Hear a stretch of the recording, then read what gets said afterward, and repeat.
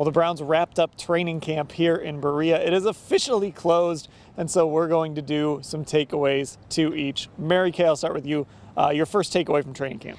Well, let's go with the fact that Baker Mayfield has taken this team over. He's become a very vocal leader on the team. We heard him screaming at receivers out there.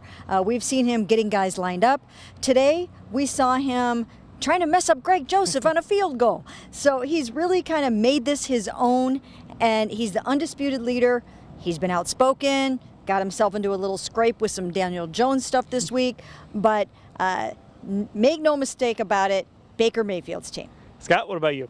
The sounds of millions of children yelling Odell's name, I think that's just going to keep ringing in my head for months and months. Just that kind of, I think, highlights the star power that this team has had during training camp, because it's not just him, it's Baker, it's Myles Garrett running along, the fans high-fiving everybody, but screaming for Odell is something I'm going to miss.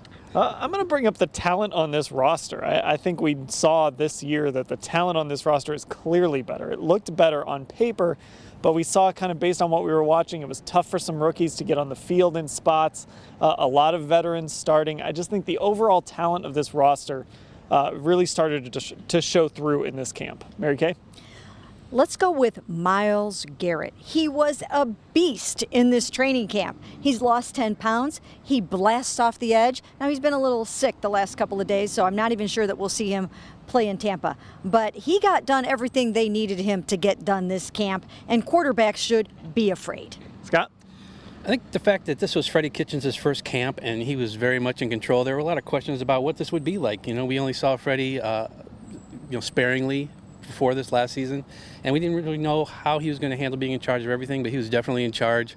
We all remember him having everybody run gassers and just him yelling at the defensive line or the offensive line, and just he wanted things done right, and they were going to stay out there until it happened.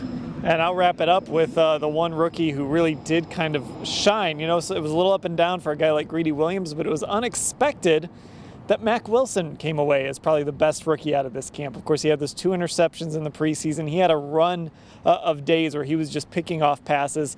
Flagged a little bit towards the end of camp as we saw more of Joe Schobert and Christian Kirksey in the first team out there as they were doing scout team stuff. But Mack Wilson did a really nice job. Looks very good early on for a 5th-round pick. We'll see kind of how things go for him the rest of this year. So there we go. 6 quick takeaways from Browns training camp. We'll cover it all at cleveland.com/Browns, as always.